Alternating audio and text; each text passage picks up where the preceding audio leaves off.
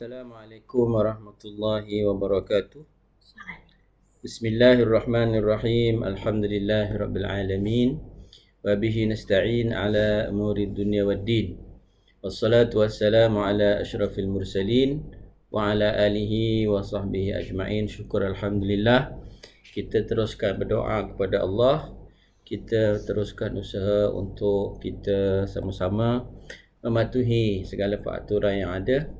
Alhamdulillah hari ini kes baru pun 36 kes COVID-19. Mudah-mudahan akan datang menjadikan kita boleh, insya-Allah kita mohon pada Allah, Ramadan akan kita laksanakan dengan yang terbaik, membolehkan kita solat berjemaah di masjid dan sebagainya lah. Malam ini kita akan melihat satu lagi ungkapan daripada dikatakan daripada Nabi Daud alaihi salam. قال محمد بن إسماعيل البخاري حدثنا عمرو بن عباس قال حدثنا عبد الرحمن قال حدثنا سفيان عن أبي إسحاق قال سمعت عبد الرحمن بن أبزة رضي الله عنه seorang sahabat Nabi berkata qala Daud, berkata Daud ini merujuk kepada Nabi Daud alaihi salam. Kun lil yatim kal abir rahim, kamu jadilah seorang, kalau kamu menjaga anak yatim, kamu jadilah seperti seorang ayah yang ar-rahim. Ar-rahim bermaksud yang penyayang. Jadi ulama dia ambil daripada perkataan tu ar-rahim tu, dia kata dalam dunia ni ada juga jenis ayah yang tidak penyayang. Jadi al-ab ar-rahim adalah ayah yang penyayang. Sehingga dalam hukum fiqh tak salah sekiranya seorang itu apabila menjaga anak yatim, dia pukul anak yatim itu dengan syarat diiringi dengan perasaan rahmah, sayang.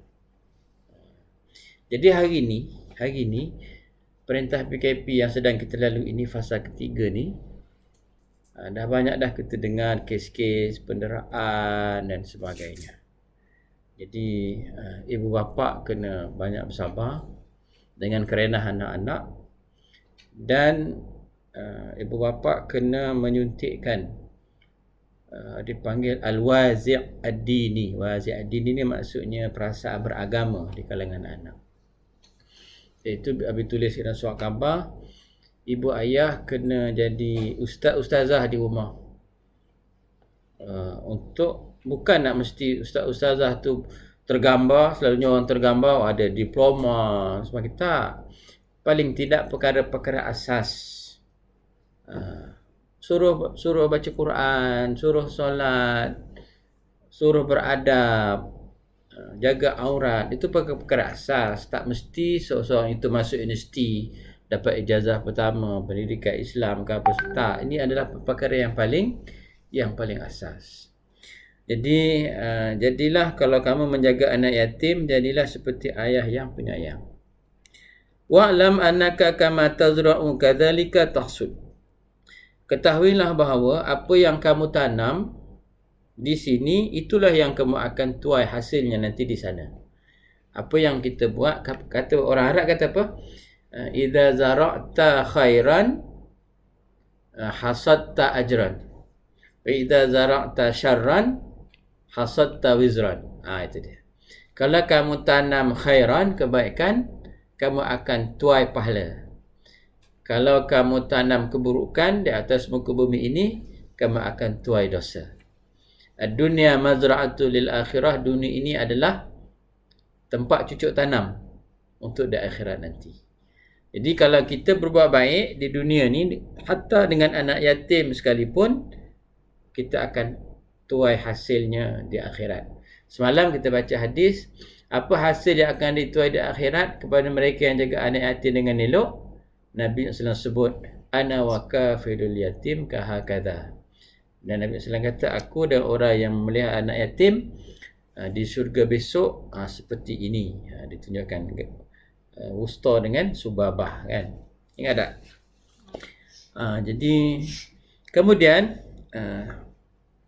ma aqbaha al-faqra ba'da al-ghina, Tak ada benda yang paling buruk kefakiran selepas kekayaan. Kan? Tak ada seorang yang suka fakir selepas dia jadi kaya. Tapi PKP ni berlaku begitu kadang-kadang. Ini kuasa Allah Subhanahu Wa Taala. Sebab itu kita dilarang berbangga-bangga dengan kekayaan, kemewahan. Sekelip mata saja Allah Subhanahu Wa Taala boleh tarik balik. Maka dindingnya apa? Supaya kekal apa yang kita ada itu adalah bersyukur. Bersyukur dengan apa yang kita ada, dengan kita gunakan ia untuk melawan balik Allah Ta'ala, dan banyakkan bersedekah.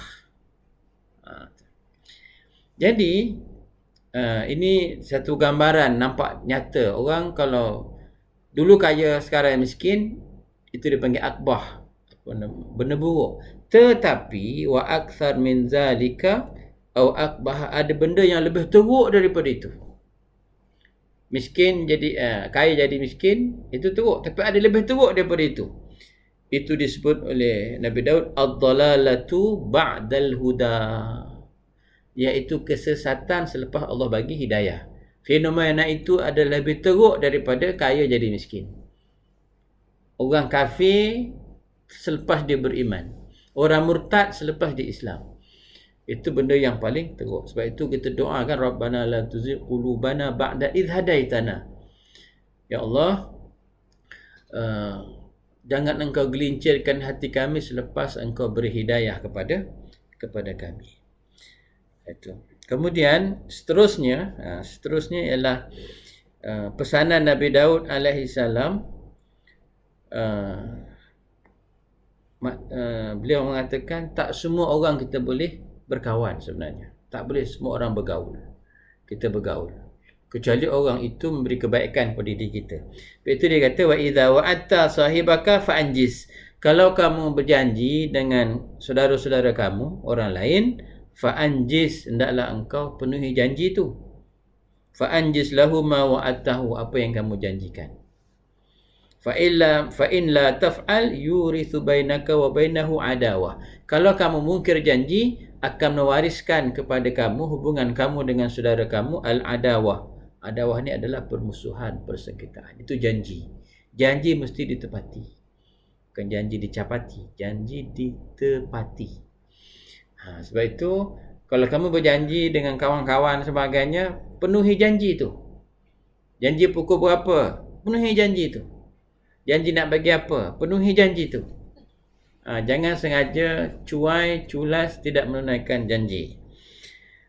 Wa ta'awwadz billah, hendaklah engkau berlindung diri daripada Allah Ta'ala, min sahibin, daripada berkawan, in dzakarta lam yu'inka, kalau kamu menyebut benda-benda baik, dia tak tolong kamu meneruskan kebaikan tu. Contoh benda baik apa? Basuh pinggan. Itu benda baik.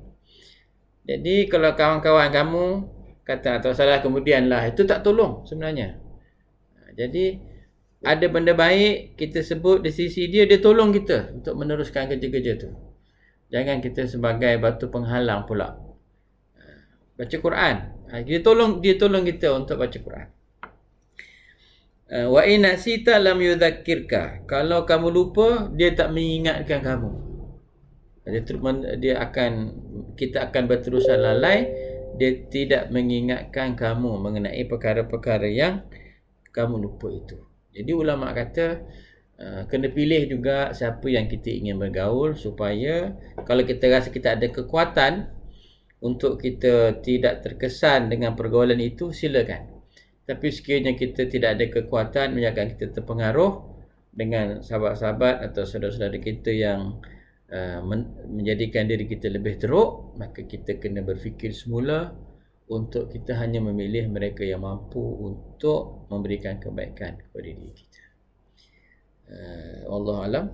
Ada apa-apa nak tambah? Tak ada. Tapi macam mana pula kalau kita, contohlah kalau kata tadi saudara-saudara kita yang terluka apa ke, kalau kita tak cuba dekati dengan, tak cuba berbuat baik dengan mereka, lagilah mereka akan jauh dengan itu yang kita sebut tadi. kalau kita ada kekuatan untuk kita kekal dengan zatiah kita, jati diri kita, dan kita mampu untuk merubah dia, silakan. Tapi sekiranya kita lemah, orang Islam ni, mukmin, bila dia pergi satu situasi, dia yang mewarnai situasi itu, bukan dia diwarnai oleh situasi itu. Contohnya, kalau ada orang satu kumpulan membawang, kita masuk, automatik dia tukar tajuk sebab dia segan kat kita ke sebagainya. Kita berdaya mewarnai suasana tu. Ini kita pergi tempat itu, kita pula tumpang lagi, tambah lagi garam, rampah ratus bagi sedap pembawangan itu. Maksudnya kita bukan sebagai ejen untuk merubah, tetapi kita menjadikan situasi lebih teruk. Okey? Faham? Alhamdulillah. Mudah Allah bagi faham dan beri kita kekuatan menghayatinya dan mengamalkannya, insya-Allah. Wa sallallahu ala sayyidina Muhammad wa ala alihi wa sahbihi ajma'in. Alhamdulillahirabbil alamin. Assalamualaikum warahmatullahi wabarakatuh.